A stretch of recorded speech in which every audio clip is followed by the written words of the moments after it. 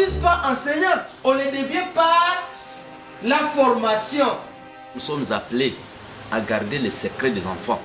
Comme vous n'avez plus l'habitude de fouetter les enfants sont devenus difficiles à la maison. Le code de bonne conduite des enseignants me donne le courage de bien étudier en classe et suivre l'enseignant, car l'enseignant ne nous frappe plus, il nous donne des conseils.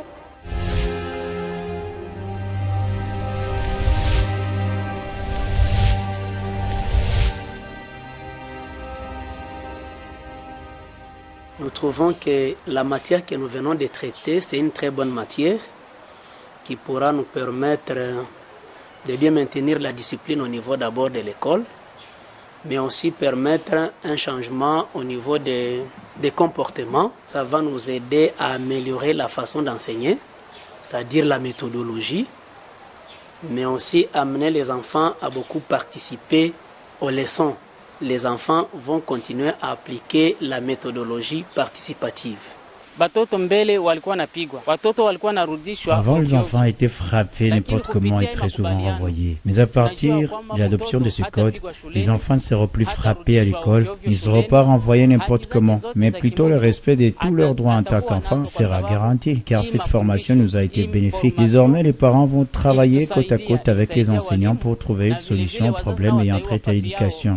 Cette fois-ci, l'enfant sera libre de se confier à son enseignant ou à l'autorité scolaire pour trouver une solution aux problèmes qui peuvent surgir à l'école.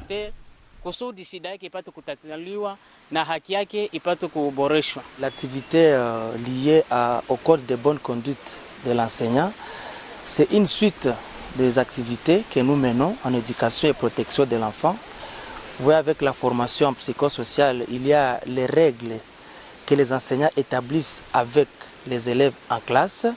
Mais ce code de bonne conduite de l'enseignant concerne l'enseignant lui-même en toutes circonstances, dans sa salle de classe, dans sa vie professionnelle, en vue de le permettre de bien observer ses garde-fous, je l'appellerai comme ça, pour bien mener ses activités éducatives au niveau de l'école, mais aussi au niveau de la communauté. Les enseignants faisaient travailler les enfants. C'est un dit. Faire travailler l'enfant dans son chat par exemple, dire à l'enfant d'amener de sticks et d'arbres. Je trouve qu'avec cette formation, tout cela va changer. Et nous allons aussi assurer le suivi de cette formation. Je veux qu'on le manifeste. Celui qui l'accepte, qu'il lève le doigt. Il y en a qui font comme ça, au lieu de dire lever le doigt.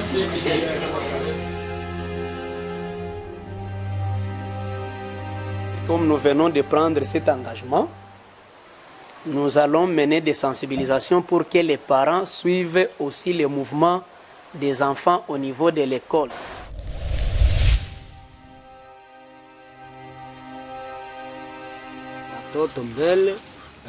Avant, on considérait que lorsqu'un enfant commet une erreur, on le frappe. Deuxièmement, il était soumis aux corvées et exploité par les enseignants et les autorités scolaires. Mais maintenant, cela ne se fait plus.